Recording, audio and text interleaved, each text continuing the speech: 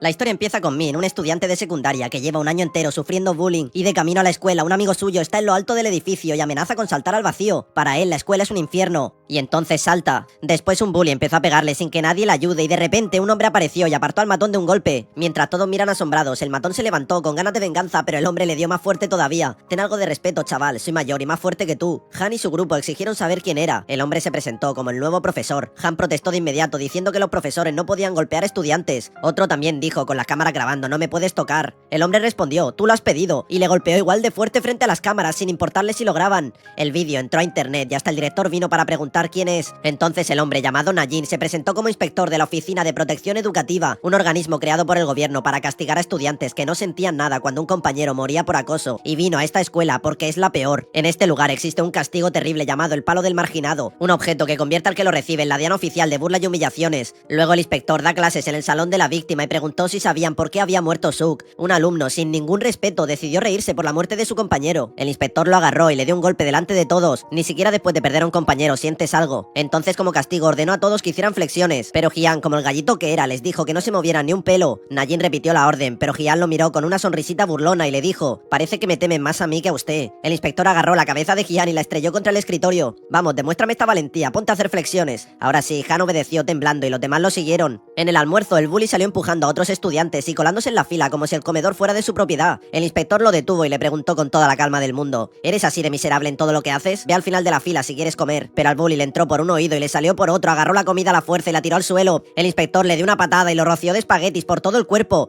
Al final del día, Han estaba tan enojado que amenazó al pobre Min, pero lo que nadie esperaba vino después. Najin se plantó frente al padre de Jian y le dijo: me llevo a su hijo, ya que usted nunca se molestó en educarlo bien, va a aprender a limpiar y a terminar los trabajos. El padre, en shock, le avisó que no se metiera en sus asuntos y justo apareció Jian y el inspector lo tomó de la oreja y lo mandó a limpiar los baños de la escuela. Entonces Jian, para incriminar al inspector, se golpeó la cabeza contra el retrete y llamó a su papá llorando. Pero Najin ni se inmutó y respondió: su hijo se lastimó solito, ¿alguien me puede explicar cómo eso es culpa mía? Mientras tanto, el bully seguía con su costumbre de hacerle la vida imposible a Min, el cual fue a la azotea y el inspector lo salvó y le dijo algo que Min nunca había escuchado antes: que si no podía defenderse estaba bien salir corriendo, y comenzó a entrenarlo para correr cada mañana. Por su lado, el padre de Jian fue directo al ministro de Educación y exigió que cerraran ahora mismo la Oficina de Protección Educativa. Quiere que echen al inspector. De vuelta en la escuela, las cosas para Jian cambiaron, pues ahora él se ha convertido en el blanco de las burlas. Los estudiantes le pasaron el famoso palo del marginado y él, tomando la peor decisión posible, quiere quemarlos a todos y tira gasolina por el salón. El inspector llegó fumando un cigarrillo, después lanzó el encendedor al suelo y el bully es rodeado por el fuego. Llorando pide ser salvado y admite su culpa. Solo en ese momento el inspector apagó todo y le recordó que Suk también había sentido ese mismo terror ante la muerte, pero como Jian había destruido su vida pieza por pieza con el acoso, Suk no encontró otra salida que quitarse la vida. Aconsejaron al padre de Suk que simplemente lo cambiara de escuela a su hijo y para colmo le destruyeron su trabajo. Sin más opciones, el chico suplicó al bully que dejara a su padre en paz y le prometió hacer lo que fuera. Jian le respondió: sencillo, tírate por la azotea. Y eso hizo Suk. Jian empieza a llorar y el inspector muestra cómo el bullying arruina vidas. El chico es llevado a la cárcel.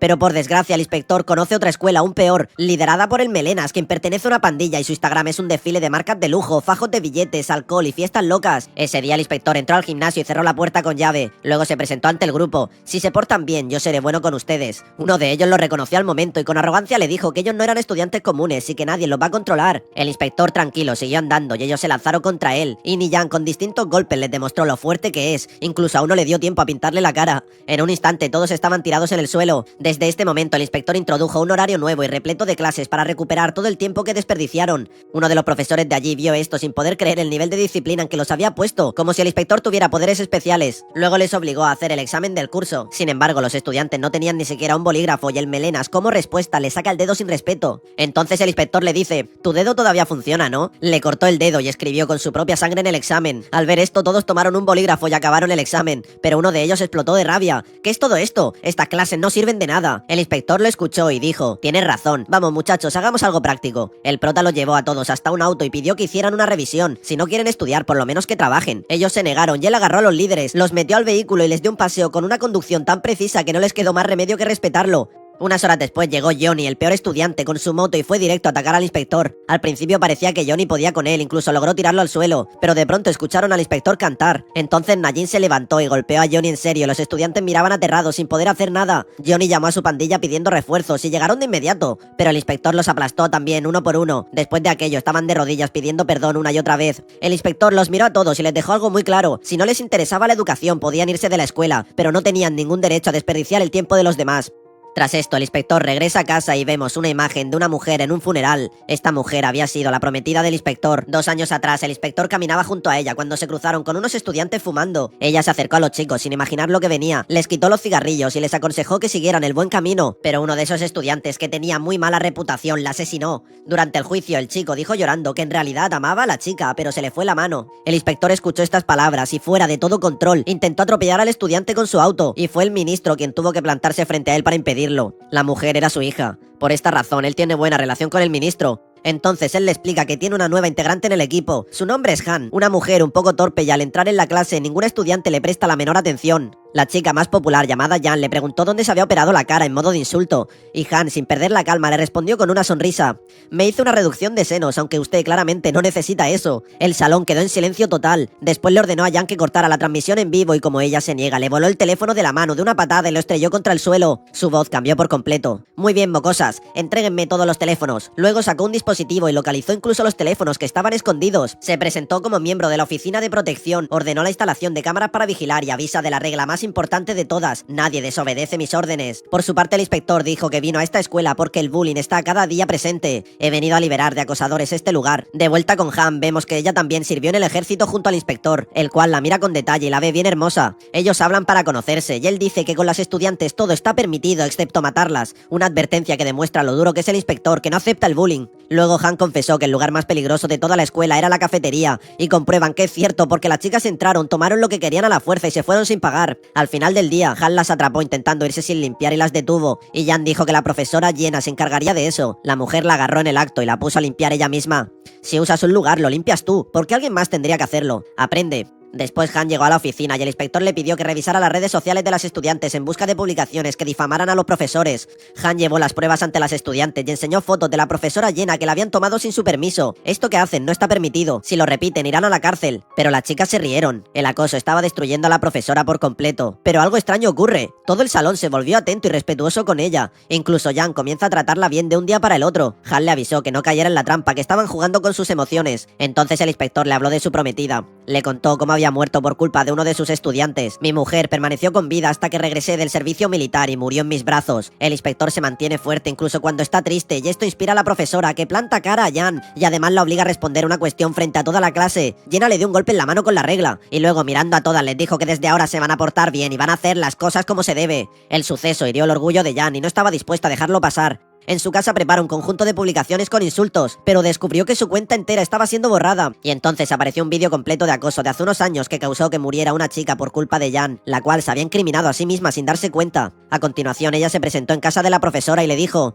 si la gente me quiere ver muerta, que así sea, pero te voy a llevar al infierno conmigo. Entonces la atacó con un cuchillo y en medio del forcejeo, Jenna se acercaba al balcón y finalmente cayó. El inspector apareció y como Superman se lanzó hacia adelante sin importarle la caída y la atrapó, recibiendo él solo el daño. En la casa, Jan levantó la vista y se encontró con Han delante de ella. Tienes que seguir viviendo, pues debes cargar con el daño que has causado a tanta gente. Este es tu castigo. Tras venir la policía, bajó a ver cómo estaba su héroe y el prota, aunque tenía un pequeño golpe en la cabeza y un poco de sangre, seguía moviéndose con toda normalidad, como si nada hubiera pasado. Tras esto, el ministro presumió con orgullo de los logros de la oficina de inspección, en especial de Najin y Han, pero se reveló que el ministro era el padre de la profesora que había muerto a manos de un estudiante. También reveló que Najin había sido su prometido y que estaban en plena preparación de su boda cuando todo ocurrió. La noticia corrió por la ciudad sin parar, y Han fue directo a buscar a Najin para preguntarle si era verdad. Él respondió que sí. Ella siente aún más amor por él, por sus ojos tristes, por el amor perdido, y le pregunta secretamente si está abierto a una nueva relación con una chica. Él responde: mi corazón está triste, pero si llega la chica indicada, sí me gustaría entregarme al amor.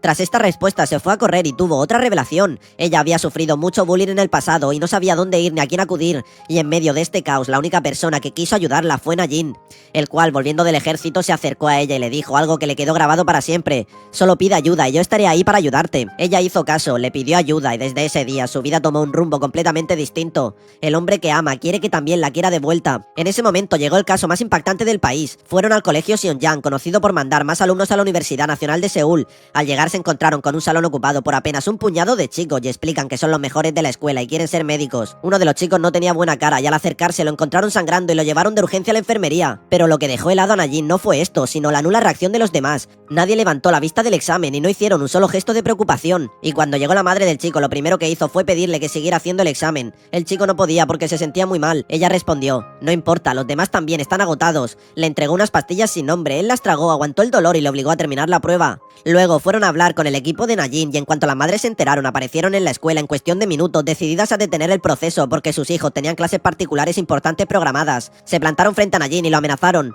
Él las escuchó con calma y le respondió que alguien estaba metiendo una pastilla en la escuela para tener mejor calificación en el examen. Las madres dijeron que sus hijos no toman ningún tipo de pastilla. Entonces un médico trajo noticias que pusieron los pelos de punta. Los resultados de Min, el chico que enfermó, eran los más graves. Su madre había buscado en internet pastillas más fuertes hasta quedar con un traficante que le dio las pastillas, y mientras las notas de su hijo subían, el daño que le hacía en el cerebro no le importaba. Min se hizo adicto a las pastillas y pedía que no le diera más para poder curarse, pero su madre no le importaba su salud. Justo cuando iba a dárselas apareció Najin. Ella entró en pánico y se negó a abrir la puerta, a lo que pasaron al plan B. Han, trepando por el balcón, entró por la ventana y evitó que Min tomara más pastillas. Luego Najin se enfrentó a la madre. Lo más trágico de la situación era que ella había sabido desde el principio esto. Había visto el daño que las pastillas le hacían a su hijo y lo ignoró porque las notas no paraban de subir. Cuando la madre exigió verlo, Najin le respondió: si tanto le gusta la carrera de medicina, estúdiela usted. Entonces le trajo los horarios y los libros del chico. Cuando usted saque las notas que se necesitan para entrar a medicina, le dejaré ver a su hijo. Él la obligó a vivir exactamente como su hijo había vivido, pues ella casi no le daba comida y no lo dejaba dormir para que estuviera estudiando.